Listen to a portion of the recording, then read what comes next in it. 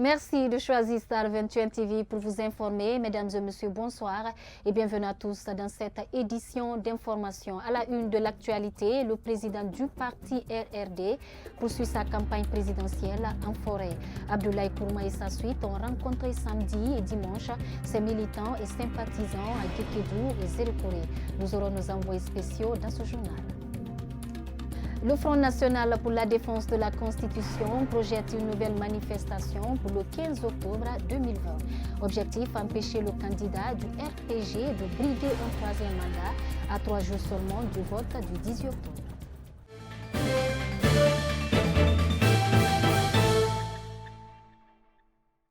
Je le disais au sommaire, le président du parti Rassemblement pour la Renaissance et le Développement poursuit sa campagne électorale à l'intérieur du pays au compte de la présidentielle du 18 octobre 2020.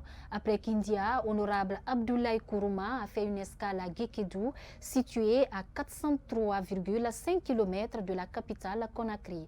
Dans cette ville, le jeune candidat a rencontré les membres du nouveau bureau fédéral de son parti. Suivi.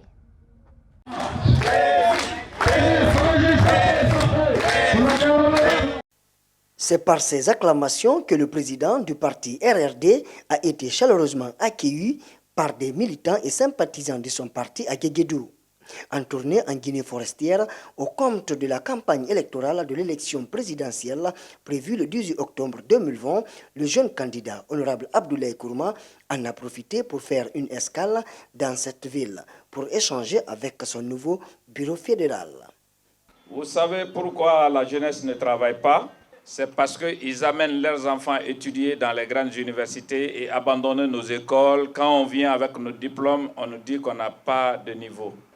Mais Dieu est avec les enfants des pauvres. Regardez nos vieux sages. Ils ont 60, 70 ans, sans maladie, ils se débrouillent. Et qui ont pris l'habitude de voler dans la caisse de l'État, ils finissent toujours avec des tensions et des sales maladies. Donc nous comptons sur la jeunesse de Guéguédou, nous comptons sur les femmes de Guéguédou. La révolution, cette fois-ci, c'est aller voter tout simplement votre candidat, le candidat de la jeunesse, l'honorable Abdoulaye Kourouma, qui est juste en bas de vieux sage. Il est fatigué, il n'a qu'à aller se reposer. Après la présentation du bureau fédéral, celui des femmes et de la jeunesse du parti RRD, ce responsable fédéral est revenu sur leur motivation de soutenir honorable Abdoulaye Kourouma aux prochaines élections présidentielles.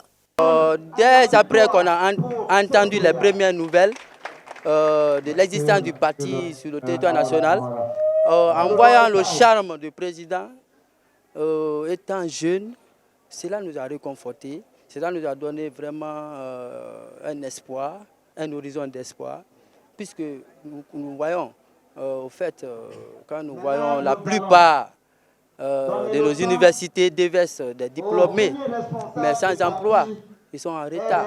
Donc si nous voyons un jeune qui vient nous donner un espoir, alors nous sommes très heureux, nous sommes très contents pour cela. Et c'est ce qui nous a motivés de mettre les choses en place afin que vraiment ils soient bien accueillis, l'organisation soit très bien faite. Pris par le temps, le président du RRD, dans la précipitation, a rassuré à ses militants de rester au retour de sa tournée de campagne électorale. Après cette étape, il a continué pour la capitale forestière Zérékoré où il doit tenir un grand meeting ce dimanche 11 octobre 2020. Sauf par changement de dernière minute, le parti RRD et le RPG Arc-en-Ciel risquent de se confronter sur la place publique dans cette ville. Car des militants du parti au pouvoir, le RPG Arc-en-Ciel aussi ont décidé de recevoir le président Alpha Condé le même jour. Restons toujours en forêt avec le même parti RRD pour parler du report de son meeting qui était prévu dimanche 11 octobre 2020 dans la ville de Zérékoré.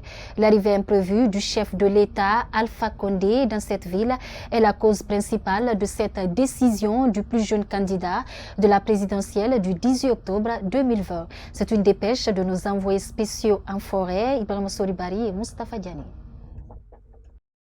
Le report de son meeting prévu dimanche 11 octobre 2020 s'inscrit dans le cadre de réserver la paix et la quiétude sociale dans la ville de Zérékoré. C'est au sortir d'une réunion d'urgence dans la nuit du samedi que le président du RRD a décidé de céder sa journée de campagne à l'arrivée du chef de l'État, Alpha Condé. Je ne renonce pas au meeting, je préserve la paix et la stabilité dans le pays. Vous avez vu comment les gens sont motivés, les militants sont motivés. Mais vouloir faire le meeting, il va y avoir d'accrochage entre les militants. Nous sommes un parti qui milite pour la stabilité, pour la paix. Je crois que la journée de demain, nous allons profiter de la journée de demain pour continuer à se préparer mieux, pour vraiment remobiliser encore nos hommes. Je considère M. Alpha Condé comme le candidat sortant et candidat au même titre que moi. Ok? Notre souci aujourd'hui, c'est la stabilité de Gérékoré. Je ne veux pas que les gens passent par notre parti pour déstabiliser ma ville qui m'a vu naître. Ok? Donc moi je pense que la paix n'a pas de prix. Nous militons pour la paix. Je ne veux pas que mes militants soient traités comme des gens qui sont en train de s'aimer de la violence ou autre. Et tout le monde a su qu'on a été provoqué, mais nous acceptons la provocation, on les laisse faire. Nous on se retire, on se prépare pour le mardi. Très motivés à organiser ce meeting à la place des martyrs de Gérékoré, des militants et sympathisants du RRD ont décidé de respecter la décision prise par leur président, honorable Abdoulaye Kourouma. Avec la sensibilisation du président, donc je passe ce message-là à tout le monde d'écouter notre président. Et ce n'est pas le cimetière qui va gérer à Gérékoré. Et même pas à Gérékoré, on sait que c'est un président qui n'est pas violent. Il n'a jamais aimé la violence depuis à l'école primaire. Depuis qu'il jouait le foot devant nous, il n'a jamais aimé la violence. Et c'est un président jeune, il doit être écouté par la jeunesse de Gérékoré.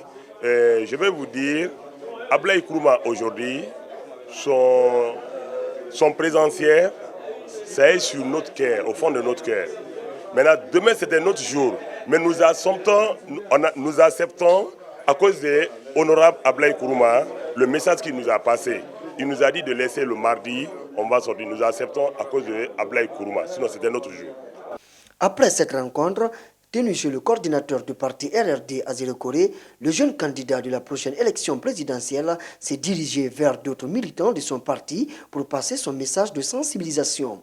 À cette occasion, il a tenu à préciser que le report de son meeting pour le mardi 13 octobre 2020 n'est pas une faiblesse, mais plutôt une façon d'éviter un accrochage entre ses militants et ceux du RPG Arc-en-Ciel, qui d'ailleurs n'était pas prévu pour la journée du dimanche, selon le chronogramme de la commune urbaine de Gérékoré. Je vous le disais également au sommaire, le Front national pour la défense de la Constitution projette une nouvelle manifestation pour le 15 octobre 2020.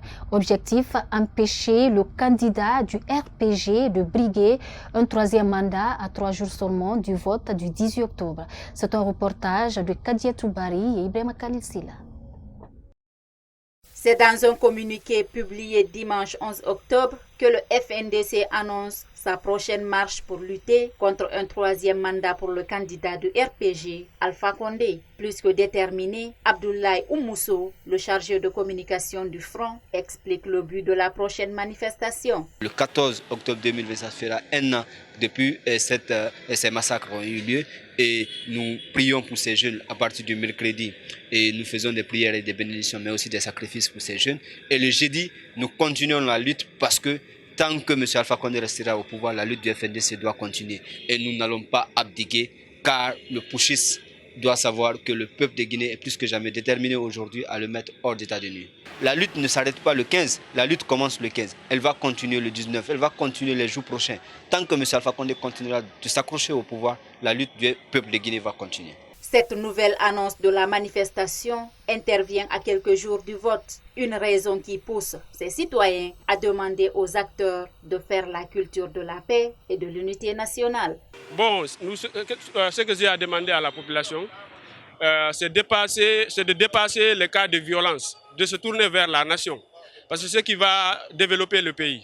Que ce soit FNDC, que ce soit l'opposition, si on appelle une manifestation, il faut encadrer la manifestation parce que ce n'est pas les enfants là qui vont venir nous régler des problèmes. C'est la paix qui vient nous arranger à l'air là. Ce n'est pas des bagarres et les divisions là. Personne ne doit pas accepter les divisions dans le pays là. Dès qu'ils ont dominé à côté de divisions, vraiment ça ne marche pas. Pour l'heure, les municipalités concernées n'ont pas donné encore une autorisation au Front national pour la défense de la Constitution de manifester. Le collectif des victimes de Caporail a organisé une assemblée générale ce week-end à la Maison des Jeunes de Ratoma.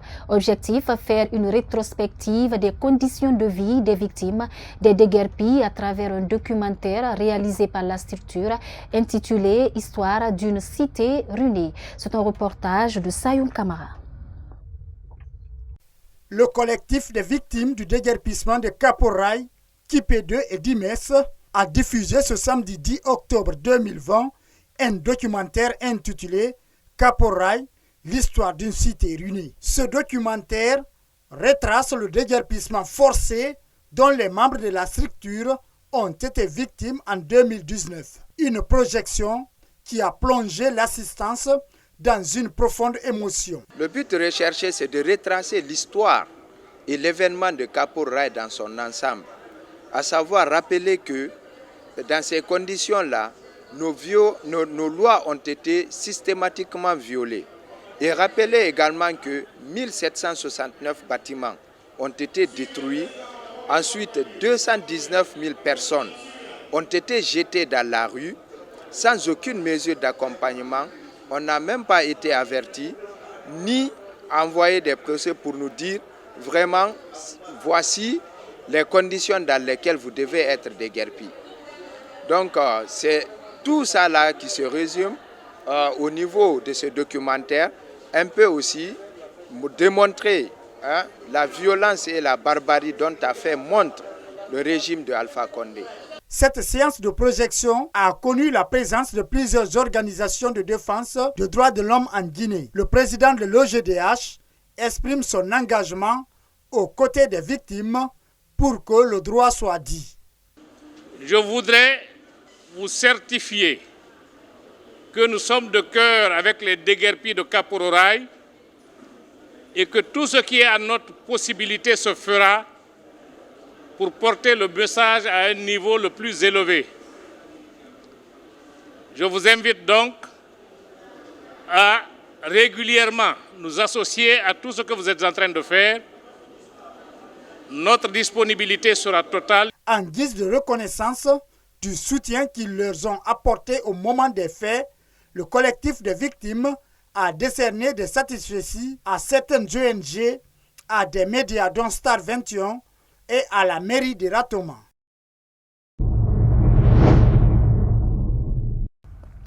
Toujours politique dans cette édition d'information, le cortège du candidat de l'UFDG a été attaqué dimanche 11 octobre 2020 dans la sous-préfecture de Toukouno, située à 9 km de Kankan. Cellou Dalein Diallo et sa suite ont rebroussé chemin pour éviter des affrontements entre ces militants et ceux du RPG Arc-en-Ciel. Et puis, l'un des véhicules de commandement de la presse a été également attaqué à la sortie de Farana. C'est un reportage de Mohamed Traoré et Alassane Souma.